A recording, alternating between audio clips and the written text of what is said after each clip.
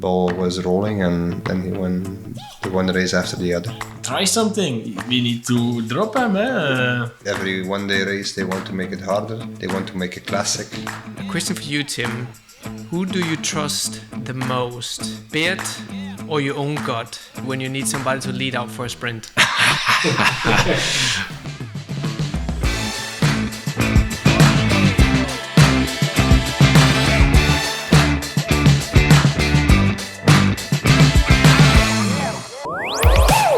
Hello everyone and welcome to the Castelli Podcast, a show where we dive into the world of Castelli and explore the stories behind the riders who inspire us. I'm your host Søren Jensen, and today we have two very special guests with us. Born just 31 days apart in the autumn of 1992, Tim Merlier and Bert Van Lerberghe of Soudal Quickstep. Tim Merlier is considered by many to be one of the fastest sprinters in the world. The Belgian sprinting powerhouse is a master at threading the needle in chaotic bunch finishes, guided by his childhood friend Bert Van Lerberghe, who ramps up the speed under the Flamme Rouge and navigates Tim through the pack at 60-70 kilometers an hour before launching him in the final 200 meters to the finish line. Tim's razor-sharp bike handling, honed through years of cyclocross racing, gives him the edge when precision matters the most. In this interview, we go behind the scenes to get to know Tim and Bert better, from the first pedal strokes to their rise in the pro ranks of the World Tour. We will also dive into their personal lives, passion for cyclocross and gravel racing, favorite Castelli products, and so much more. But now, without further ado, sit back and enjoy this exciting conversation with Tim and Bert, packed with inside stories and the speed only they can deliver. Welcome to the Castelli Podcast. Tim and Bert, welcome to the Castelli Podcast. It's a pleasure to have you on, both of you at the same time. I know that you guys have been friends since you were kids. You've known each other for a very long time. So why don't we start out with you, Bert? Why don't you start and tell our listeners how Tim got into cycling, cyclocross, and how he transitioned into road cycling and later ended up in the World Tour? Yeah. I think he started cycling when he was 12 or something, or 13. True, 12. And he was not bad, but he was a normal. 12 years was still good. Yeah. Then I miss the jump to my age. I still stay young a bit. Yeah. He was just a normal kid that was riding the bike, and he didn't win a lot of races then, I think. And but then in the end of the U15, we call it Nieuwelingen in Belgium, but it's the U16 or U15, U16 category. There he started to be quite good, and then especially at the juniors, he started to be especially fast. And but then he always chose for cyclocross, and he already from the juniors then he was Belgian champion in cyclocross, so he keep doing that, and he wanted to be pro at cyclocross. He wasn't looking at the road. And then after his fourth year, he was with the Belgian, we say the hakken over the sloot, like just good enough. He was good enough, but just got good enough to show that he was able to be pro in cyclocross. And he turned pro with Sunweb. And but we always, I always also knew. We talked to each other. He was always fast. He did ZLM and in Eco Tour sometimes with smaller teams, but he could be top 10, top 5. So he showed already with nothing from support. He was good enough to be a sprinter. And then I think half a year before the championship of Belgium, the team had trouble to continue. So it was a strange thing. Somebody need to take over his team with 5 riders or something. Yes. And so he was riding the races. He started riding the races in Belgium, the kermesses in black. The Castelli black jersey. The Castelli black jersey, really? Yeah. Nice. Yeah. He started to race in black, and I was hoping that another team picks up his team, that he could continue. But I think half a year before already we saw the Belgium Championship was in Ghent, so it was probably gonna be sprint. I don't know if you remember it, I said you can win. Normally you're the fastest. Say to me, chance there, but I say Nationals, the hardest race of the year. Of the year, yeah. Everyone wants to have those colors. But in Belgium then we didn't had a lot of good sprinters. Not like now. And then the guys of Alpecin and the brothers Roodhoofd, they picked up the team of Tim. So the guys of that team turned pro with Alpecin, and then he had his chance and his support also.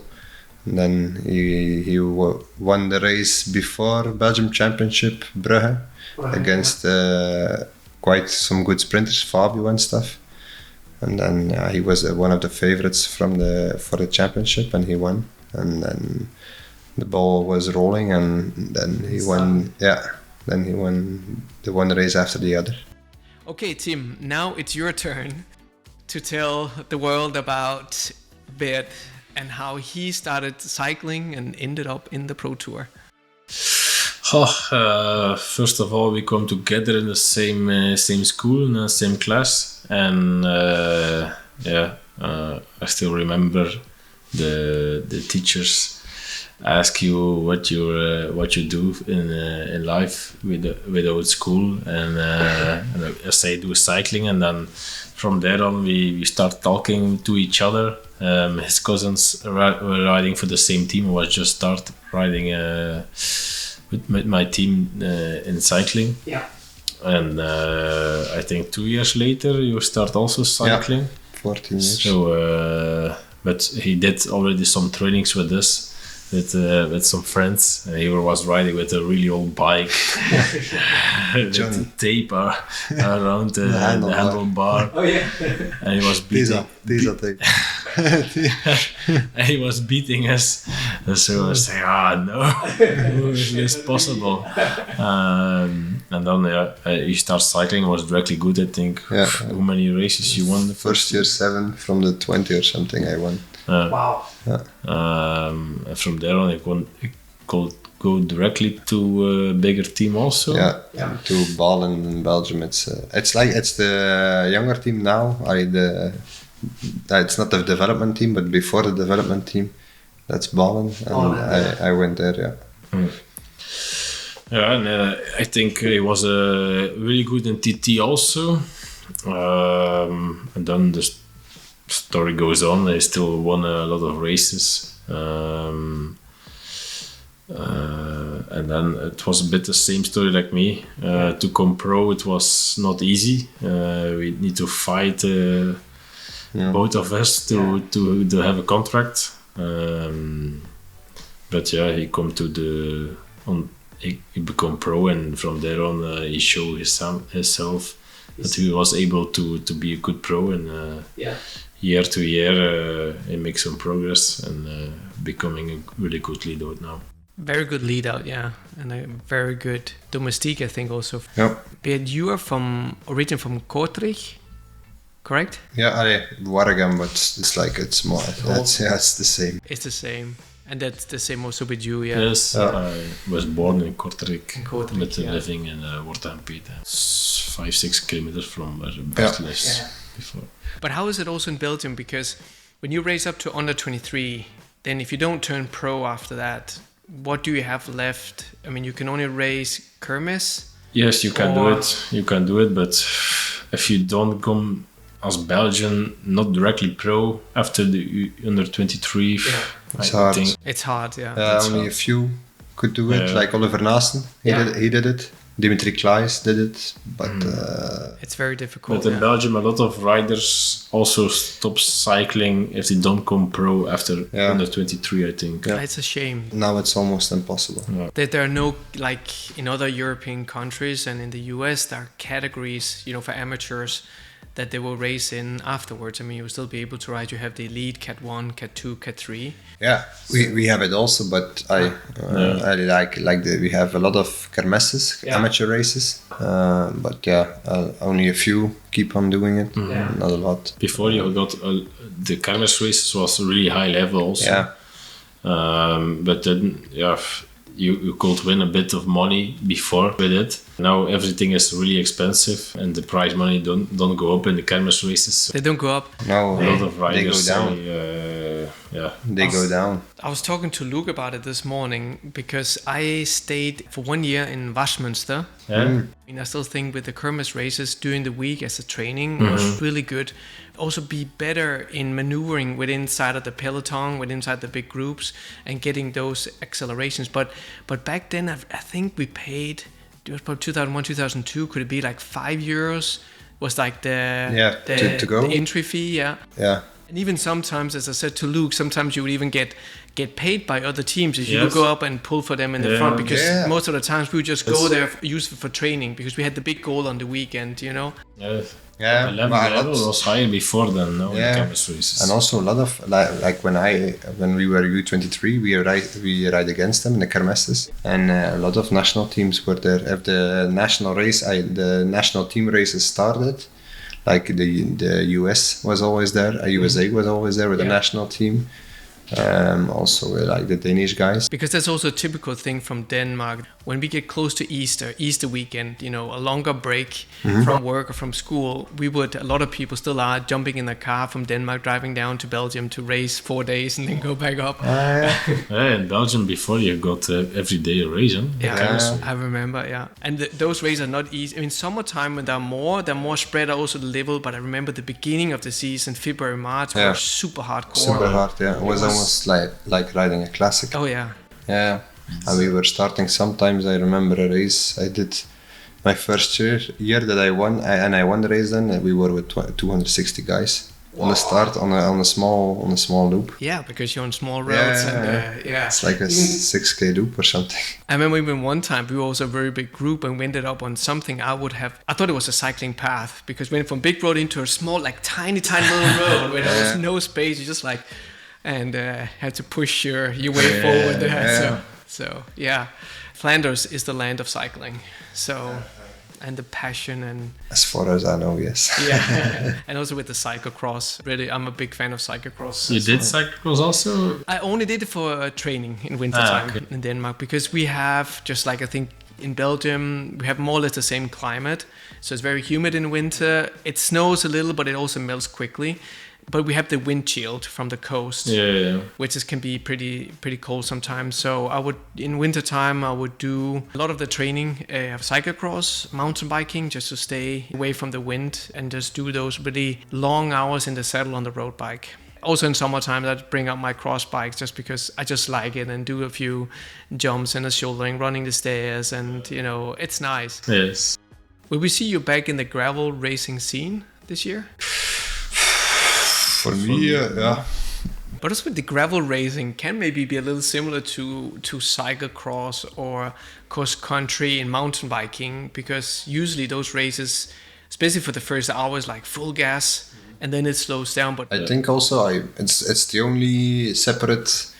It's the only thing next to road cycling that a road cyclist, a good one, that a one that don't want to take risks, or like in cyclocross, for example, the most of the guys, except of Van der Poel, Wout, and maybe Tim, are able to do 1 hour in cyclocross. The rest would, after half a race, we would be out.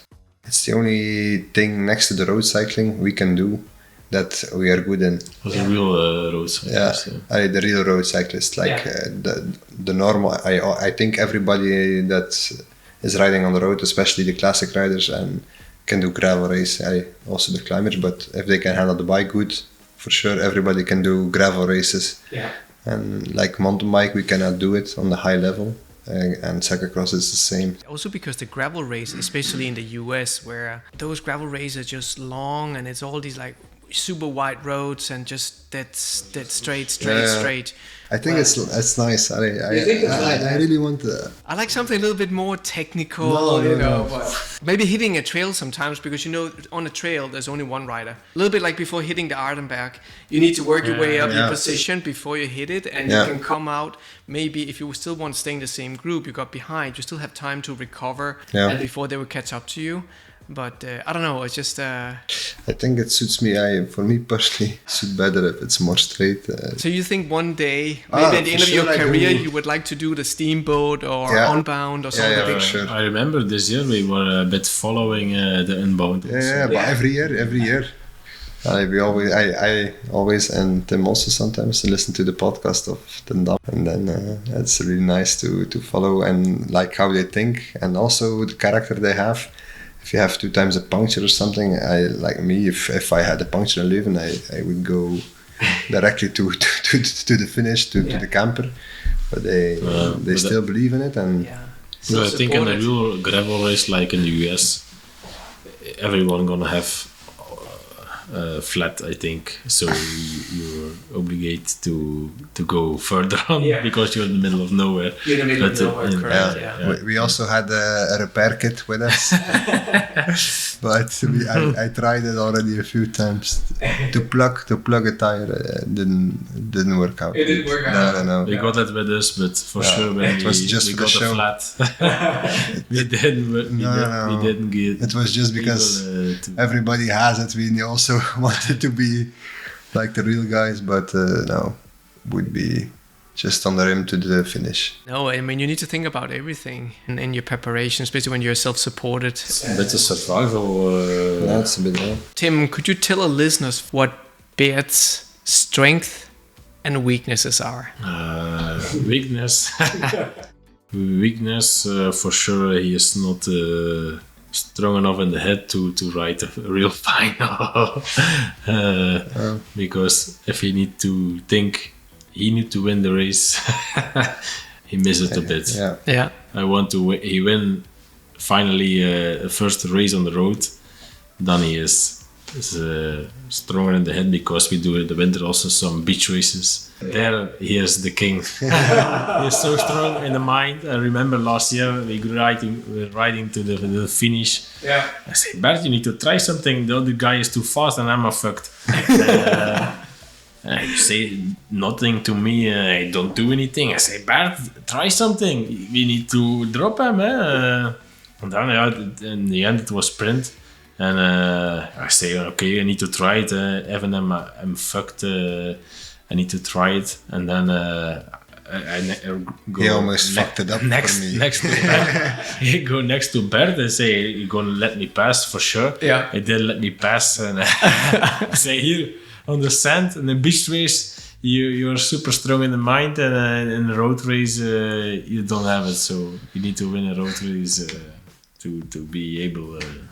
Maybe also because you dedicate everything to the team, the Wolfpack, and you always think that is someone like Tim that is better suited for the sprint, but maybe Tim, he has a defect or there's a crash or something else, and then it's up to you to do it. But it's true. I mean, when also we all know it from the best sprinters in the world, like yourself, Tim. You know, when you get that first win, then you get into this winning vibe, and you know you can do it. First victory is so important. It's so important. No, I agree. Then what about his strength? Well, he's super strong. If you do a lead out, you know where his finish is, and he can hold it for a long time next to other guys, because he is so strong. Yeah. But also out of cycling, he has some talents, so building tables and stuff like this. So we here in the team, we are with some guys who are building a home, and now we are calling Bert, what you think about this or this, to have some ideas what he think about it. Oh, that's good. That's good. Yeah, I like it. But what about Tim? Let's start with his strength. His strength is a sprint, I think. Yeah. He's one of the fastest of the world. If he's there, I think he's very hard to beat. Even if they all go on the same road to the finish, I think he's the fastest, in my opinion. overall scene, together with two other guys maybe. But I think if they all do the same before, the same in the sprint, I think he's the fastest. Yeah, he's also quite good in the classics, and he's just one of the best sprinters of the world for the moment. Yeah. That's his strength for the. What about his weaknesses? One weakness. That he's always on the phone. He's always on the phone. He's has to stay up to date. He's addicted to the phone, always looking at the phone. If he has 1 minute, I think for sure even now he's already thinking 10 times or 15 times. You're looking at his watch, yeah. I see it on my watch. Do you have the same notification also on your Garmin when you're out training? Yes. Yeah. But one Garmin, the other not. Yeah. So that's a big weakness. I think we all have that, yeah. But he has it really hard. If I'm watching the phone, I don't hear anything about what's happening around you. No. Okay, so let's do some quick questions. What's your first Castelli memory? The Gabba. Yeah, I think for me it's a rain jacket. The Hydro, the all black, or maybe an older one? An older one, I think. No, it was a Hydro. Oh yeah? Yeah, the first Hydro with Cortex and stuff. Yeah. That was an amazing product. Yes. Yeah. Hydro was the best on the market, so yeah, you must have it if you want to train in Belgium in the rain. And it's funny, those products that you guys just mentioned are two, of course, of the most seeked for foul weather products from Castelli, and those products that every year in springtime when the weather turns to bad, that we have pro riders, amateur riders from all over the world contacting us asking for if they could buy some non-branded. And I also bought one when I was in another team. Everyone, I think. I remember also the first really good pants for the winter was one also I bought from Castelli to survive in the winter. Which Castelli winter product is your favorite? For me, the Alpha jacket. I really love it. I ride it even if it's 5 degrees and it's a bit too warm. In my opinion, to ride with it, I just ride with it. I leave it open half and I just go. And you got that inliner, that insert. Yeah, I really love the jacket. Yeah. What about you, Tim? Definitely everything to keep dry and warm. You have so many.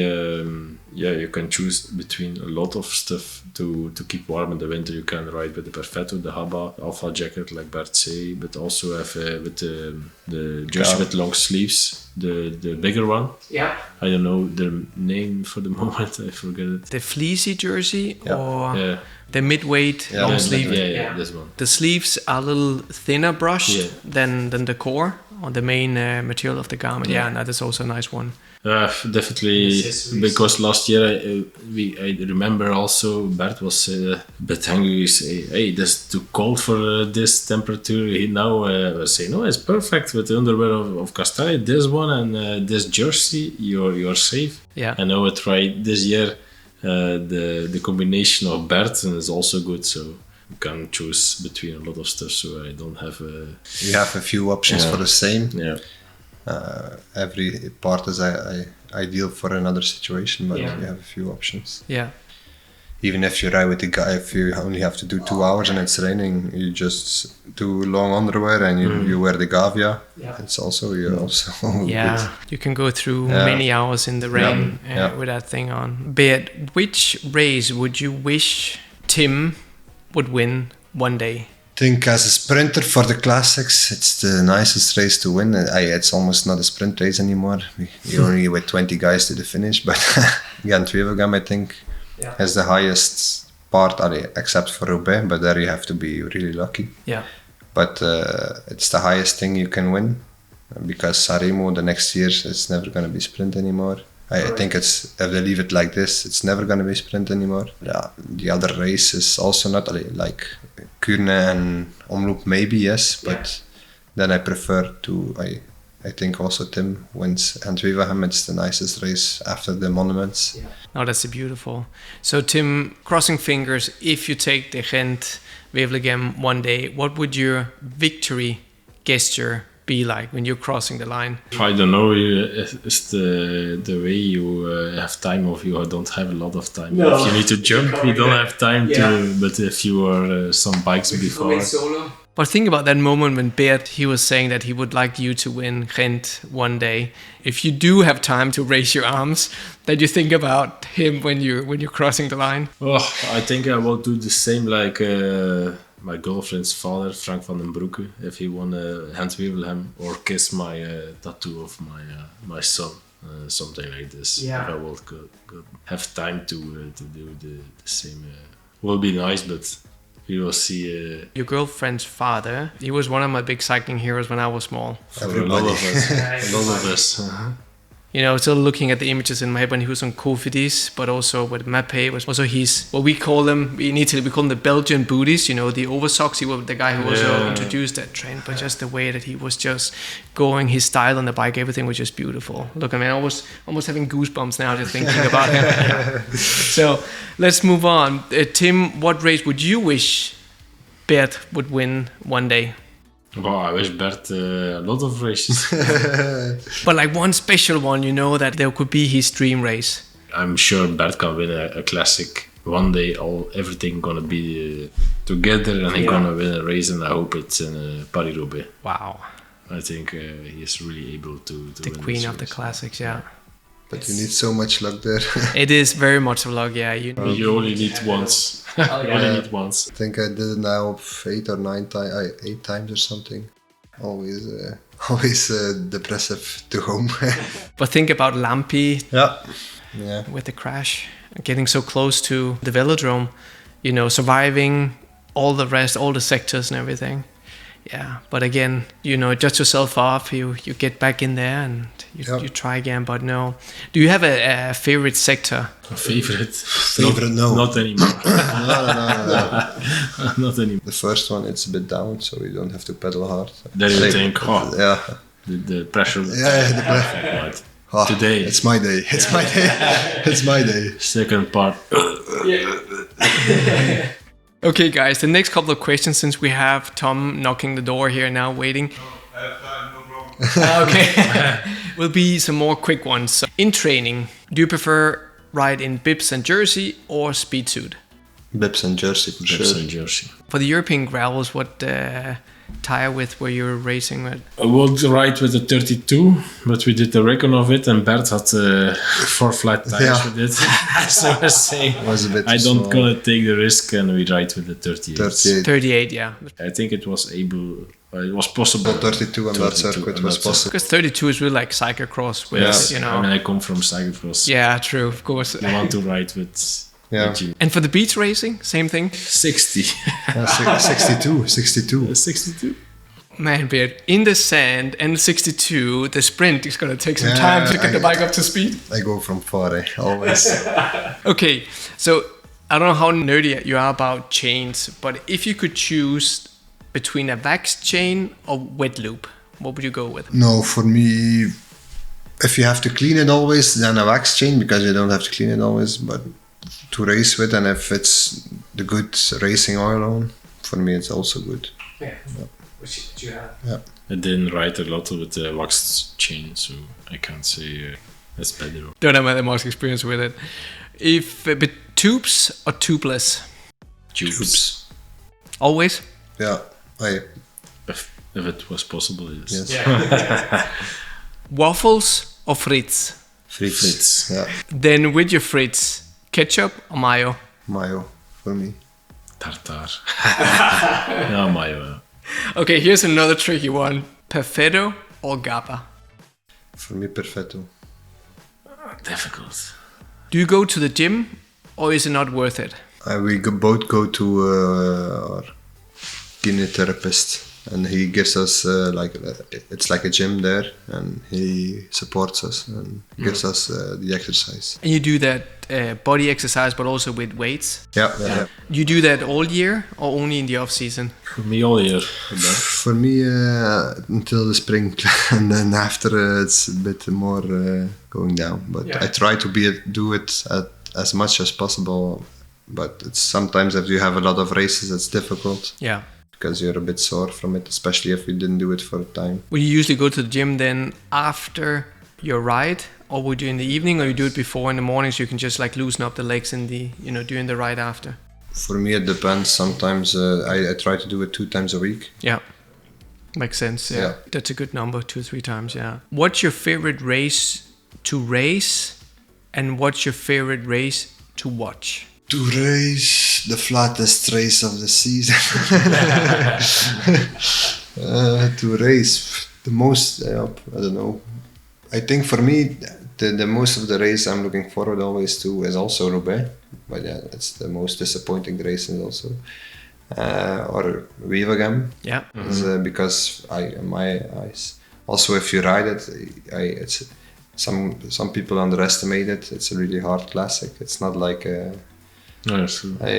you're completely destroyed from it. It's like you did, for me, like you did Tour of Flanders almost, because the final starts so early and you have to go. It's 3 hours final. Yeah. You need to be concentrated from the start, because with the winters after 60k it starts. Crucial also. I remember when I was in 17 or something, I was in the first echelon with Bonen then and stuff. Yeah. We were with 12 or 13 guys. After 100k I was completely destroyed already.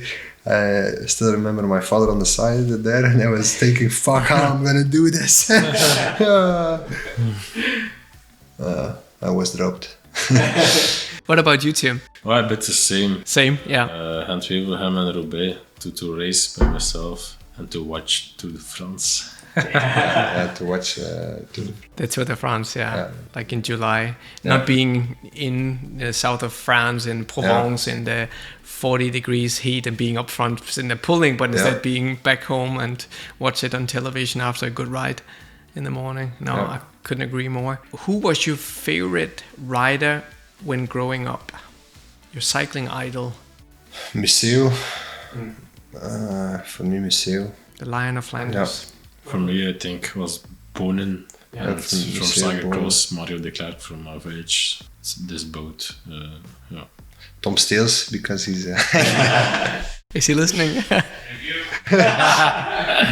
Nice, Tom. Okay, now I'm shooting super high, just as a fun question. Would you rather have a 7 watts per kilo FTP or a 2000 watt sprint? 7 watts per kilo FTP. Sure. We don't have both. What do you want? Like we're talking something that is 7 out FTP, of... then you're the best rider of the world. Yeah, exactly. Then I don't need to sprint of 2000 watts. I drop everybody. On the climb before, but if it's a flat course and you're going to the sprint, maybe the 2000 watts for you. It's also not bad. Yeah. But you push 2000 now? 7 watts also for me. If you guys would do some arm wrestling, who would win? Bert. Ooh, I don't know. Yeah, I don't have a lot of power in the arms. I also not that much. I need to go to the Kimi for this reason. To be stronger on the upper body. Yeah. So it's not something you did as a kid? Maybe some in school. Maybe in school we did it. Yeah, maybe. But I know my arms. And I also until my legs are not strong. And I'm already heavy, so if I'm gonna train them up again every kilo, it's gonna be too much. Too much, yeah. We're almost at the end, guys. Favorite place to train? Mallorca. Mallorca, why? Did a lot of trainings camp before with cyclocross teams here and Calpe and Mallorca, and I was from the first time at Mallorca in love with Mallorca. And now this summer I was going back there for training, and so was really happy to be there again to train. Yeah. Also, that whole mountain ridge on the north side is so beautiful. Yeah, coming down to Alcudia or climbing up from the other side, do the Soler, and now it's beautiful. For me, just at home. I think we need to go. Pretty sure that you guys will agree on this one. Should cobble and gravel stages be part of a Grand Tour? For me, it doesn't need to be in a Grand Tour. Hectic. You cannot win something. Only the GC riders can lose something. Correct. Or maybe they can put it in, but then for GC riders, make a strange rule. They cannot lose time or something. Yeah. Because it's just another thing. They want to make like every race also now, 1 day race, every 1 day race, they want to make it harder. They want to make a classic. Special. They want to talk, everybody that talk about their race. For me, a Grand Tour is like, but I'm an original guy, like also with the classics, also with the Grand Tours, it needs to stay the same like before, like in the past. And for me, it doesn't has a place in a Grand Tour. In a Grand Tour, no. Keep it separate, a 1 day race, just like Strade. There's too much to lose on days like that. And a lot of guys put the whole year on that race to lose it then by a mechanic or a crash. Maybe we're gonna lose some classification riders there. Just keep it normal. Also, as spectator, maybe we're gonna be disappointed to lose riders for the classification. Exactly, yeah. You're gonna be like this spectator. There's gonna happen something, but after the race, you're gonna say, what a shame. And maybe you watch the race as spectator to think, what's gonna happen, and nothing gonna happen. Yeah. A question for you, Tim. Who do you trust the most, Bert or your own gut, when you need somebody to lead out for a sprint? I'm gonna say I trust Bert more than myself. So. The times that I crashed or something, we're always laughing about it. You cannot win without me, but for sure you can win without me also. Luckily, I won a stage in Paris-Nice without Bert. Otherwise, the team, the whole year the same story. You had a very good start to the season. Yeah, it's true. I won a lot of races. I'm proud of being part of the team like this. Yeah. You're saying also like the key word here, like to be a part of a team like the Soudal Quick Step. Wolfpack, the word has been part of the team for so long. What does Wolfpack means to you guys? Everybody knows his place. You got a lot of really good riders that are capable of doing their own results in other teams. Like for instance, you got now it's a little bit less, but still. Before you got 10 guys for the classic team, but all the 10 guys, if they ride for their own, they can do top 10 and semi-classics. If you have that kind of riders with a bit of experience and also power and commitment, they give 100% for everybody. And if you have that kind of domestics, I think that's one of the key parts. Like normally, if we're all in good shape and in good health, we're always on the places that we need to be. And, the leaders have more confidence like that. They have more breathing space also. I think that's one of the key parts. And also, I don't know how they do it, but the characters and the team, they're all really good. It's like they selected on character also, but I think they don't do it. But it's all good guys. Everybody wants to give 100% for the other. Yeah, I think it's part of the vibe that there is on the team and the spirit, and also sometimes looking at big GC riders like Remco, but also 1 day specialists like you guys, but also like Julien and Philippe. I mean, see how many times, he goes in the breakaway and maybe his race, he wants to win that exact monument and something happens, a big, big crash happens in front of him that takes him down. Every time I spoke to him and some of the other guys, it's like, okay, that was one of my big season goals, but I brush off, all the dust from this, and there is another day tomorrow. Just always look ahead, and not just thinking, okay, that was my season is over. I mean, that's the bit of the feeling I've always had with this team. There's always another day tomorrow. Yeah, that's true. And also I like the sport directors. Like, even if last year we were not very good in the classics, but it's not like they're angry. They know we give 100%. Yeah, it's hard if it's not like we like to get dropped. But they still give you confidence. They still try to motivate you, and everybody is a bit like that in the team. It'll be interesting. I'll talk to Sam about maybe making a video from inside of the team car on one of the more epic races. doing one of maybe the coupled monuments or something would be completely different, a lot more stressful and hectic inside the cars. And so, guys, it's been amazing to have you on. Thank you so much for taking the time, and I'll see you later down at dinner. It was great. I will also drop in the podcast notes, I will drop all your social details and other links, important links that Okay, perfect. people can go and find. So cool. Thank you, guys. Thank you. Thank you. Bye.